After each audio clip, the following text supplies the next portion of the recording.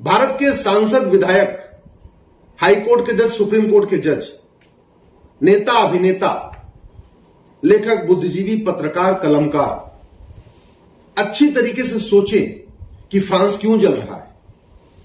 France में तो बेरोजगारी भी नहीं है, फ्रांस में कुपोषण भी नहीं है, फ्रांस में प्रदूषण भी नहीं है, फ्रांस में सबको बढ़िया रोटी कपड़ा मकान है, फ्रांस में हाईवे भी है, एक्सप्रेसवे भी है, अच्छी अच्छी गाड़ियां भी हैं, एयरपोर्ट भी अच्छे हैं, अच्छे स्कूल हैं, अच्छे कॉलेज हैं।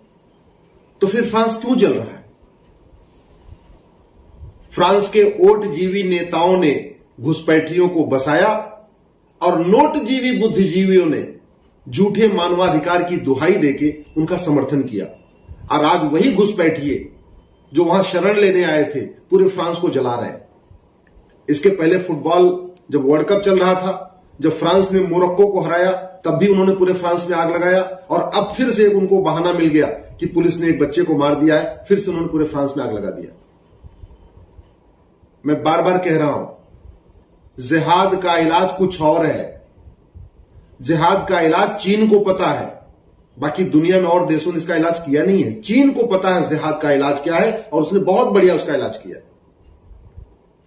और यूसीसी, तो फ्रांस में यूसीसी भी है। अगर कुछ लोगों को लगता है कि भारत में यूसीसी आएगा तो जिहाद रुक जाएगा, तो ये गलतफहमी अभी से निकाल दें। फ्रांस में यूसीसी बहुत पहले से चल रहा है। इसका मतलब यूसीसी भी जिहाद का इलाज नहीं है।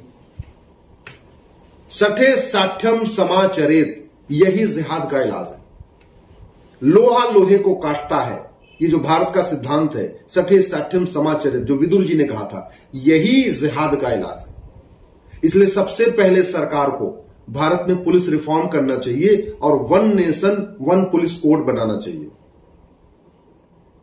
1 घंटे के अंदर एफआईआर और 1 महीने के अंदर जांच पूरी हो, यह बाकायदा पुलिस चार्टर में लिखा होना चाहिए। दूसरा, तत्काल सरकार को जुडिशियल रिफॉर्म करना चाहिए। नार्को पॉलीग्राफ ब्रेन मैपिंग कानून बनाना चाहिए और एक जुडिशियल चार्टर लागू करना चाहिए। जो भी मुकदमा होगा 1 साल के अंदर उसका फैसला हो।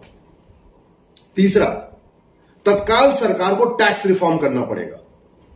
भारत में अभी वन नेशन वन टैक्स नहीं है। पूर्वोत्तर के लोगों पे, नॉर्थ ईस्ट के जो 6 राज्य हैं, वहां के ट्राइबल्स पे टैक्स लागू नहीं होता। अलग अलग कैटेगरी में टैक्स पे छूट मिली हुई है। और फिर इनकम टैक्स भी चल रहा है, जीएसटी भी चल रहा है, वैट भी चल रहा है, टीडीएस भी चल रहा है, दुनिया भर के टैक्स चल रहे हैं।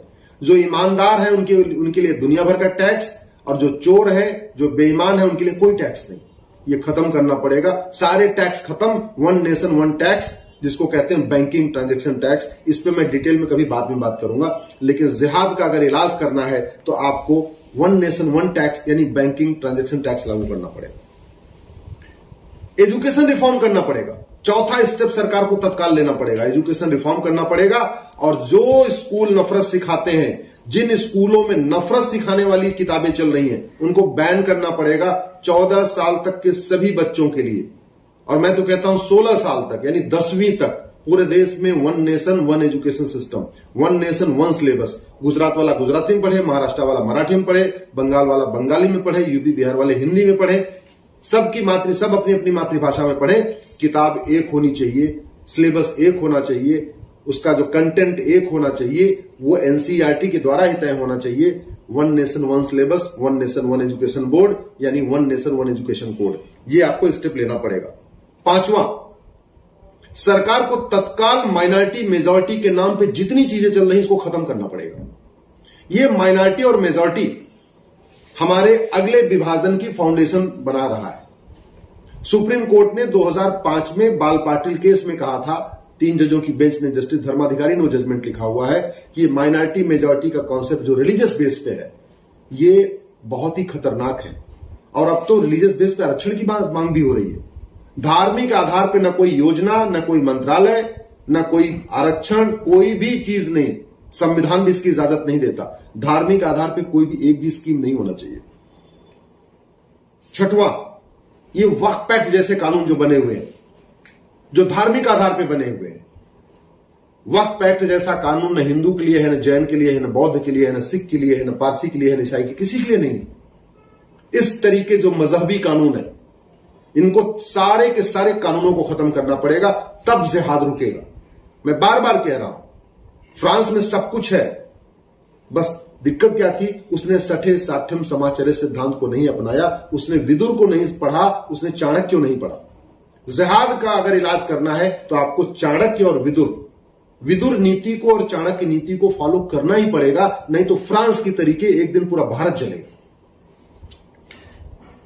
7वां, घुसपैठ को देशद्रोह घोषित करना पड़ेगा। घुसपैठियों के ऊपर नेशनल सिक्योरिटी एक्ट लगाना पड़ेगा, एनएसए, यूएपीए लगाना पड़ेगा और घुसपैठ को देशद्रोह घोषित करना पड़ेगा। क्योंकि घुसपैठ का मूल कारण घूसखोरी है। घुसपैठिए घूस देके आते हैं, घूस देके आधार बनवाते हैं, घूस देके राशन कार्ड बनवाते हैं, घूस देके वोटर आईडी बनवाते हैं, घूस देके बर्थ सर्टिफिकेट बनवाते हैं। सारा काम घूस पे ही चलता है और बाद में घूस देके बैंक में खाता खुलवा लेते हैं, फिर फ्री का मकान, फ्री की दुकान, फ्री का राशन कार्ड, सब कुछ फ्री का राशन लेते हैं। दिल्ली में तो मुफ्त में पानी भी ले रहे हैं, मुफ्त में बिजली भी ले रहे हैं, सब घुसपैठिए मजे कर रहे हैं। घुसपैठ को देशद्रोह घोषित करना पड़ेगा और घुसपैठियों को कम से कम 10 साल से 20 साल की सजा देने का कानून बनाना पड़ेगा, तब ये घुसपैठ रुकेगी। फ्रांस में देख लीजिए कितने 10 लाख घुसपैठी हैं, पूरे फ्रांस को आग पे उन्होंने ढेर पे खड़ा कर दिया। भारत में तो 5 करोड़ से ज्यादा घुसपैठी आ चुके हैं। 9वां, क्योंकि सभी जो देश विरोधी काम है उनकी फंडिंग कालाधन से होती है, हवाला से होती है, इसलिए कालाधन और हवाला के खिलाफ कठोर कानून बनाना पड़ेगा। जिनके खिलाफ कालाधन मिले, जिनके खिलाफ जो हवाला का धंधा कर रहे हैं, उनके खिलाफ एनएसए लगाना पड़ेगा, यूएपीए लगाना पड़ेगा और देशद्रोह की धारा लगाना पड़ेगा। 10वां, धर्मांतरण हमारी राष्ट्रीय सुरक्षा के लिए खतरा है। सुप्रीम कोर्ट कह चुका है, मेरी पीआईएल पे सुप्रीम कोर्ट ने पिछले साल 14 नवंबर 2022 को कहा था, आप लोग गूगल कर लेना, कि धर्मांतरण राष्ट्र की सुरक्षा के लिए खतरा है। ये सुप्रीम कोर्ट कह चुका है, मेरी पीआईएल पे सुप्रीम कोर्ट ने कहा। जब सुप्रीम कोर्ट कह चुका है धर्मांतरण राष्ट्रीय सुरक्षा के लिए खतरा है, तो हम धर्मांतरण कराने वाले जिहादियों और मिशनरियों पे एनएसए क्यों नहीं लगा रहे, यूएपीए क्यों नहीं लगा रहे, देशद्रोह की धारा क्यों नहीं लगा रहे, उनकी 100% प्रॉपर्टी क्यों नहीं जब्त कर रहे, उनके घरों को हम डिमोलिश क्यों नहीं कर रहे, उनको हम आजीवन कारावास की सजा के लिए कानून क्यों नहीं बना रहे। और सबसे इंपॉर्टेंट, जो देश विरोधी काम के लिए जो फंडिंग होती है, भारत के अंदर तो कालाधन से होती है, हवाला के जरिए होती है, बाहर से भी जो फंडिंग आती है वो भी कालाधन के, हवाला के जरिए आती है, एफसीआरए के जरिए होती है। इस एफसीआरए कानून को खत्म करना पड़ेगा और एक नया विदेशी चंदा नियंत्रण कानून बनाना पड़ेगा। तो जिहाद रोकने के लिए, भारत को बचाने के लिए एक नहीं 11 कानून बनाने पड़ेंगे। यूसीसी से केवल और केवल मुस्लिम बहनों का फायदा है। यूसीसी से न जिहाद रुकेगा, न मजहबी उन्माद रुकेगा, न कट्टरवाद रुकेगा, न चरमपंथ रुकेगा। इसका सीधा सीधा एग्जांपल मैं आपको फ्रांस का बता रहा हूं।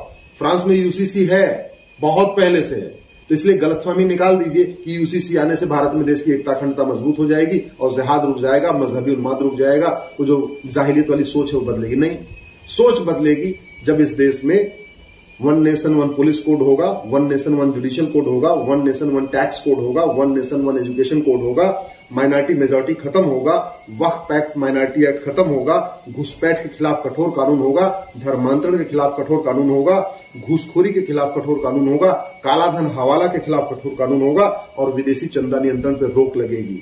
ये एक नहीं 11 कानून बनाना पड़ेगा, तब जिहाद रुकेगा। नहीं तो जैसे आज फ्रांस जल रहा है, आने वाले टाइम में भारत भी जलेगा और भारत जल चुका है, भारत के कई हिस्से जल चुके हैं।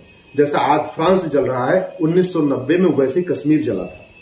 जैसा आज फ्रांस जल रहा है, अभी 1 महीने पहले वैसे ही मणिपुर जला था। याद रखिए, अस्थायी समाधान करना है तो विदुर नीति पे चलना पड़ेगा, चाणक्य नीति पे चलना पड़ेगा और एक नहीं ये 11 कानून बनाना पड़ेगा। आपको मेरी बात ठीक लगे, इस वीडियो को अधिक से अधिक शेयर करिए। आईएएस आईपीएस अगर आपके जानने वाले उनके पास शेयर करिए, हाई कोर्ट सुप्रीम कोर्ट के जजों के पास शेयर करिए, अपने सांसद विधायक मंत्रियों को शेयर करिए और यूनिवर्सिटीज में अगर आपके जानने वाले प्रोफेसर हैं उनको शेयर करिए। देश के सभी बुद्धिजीवियों तक इसको पहुंचाइए, पत्रकारों तक इसको पहुंचाइए।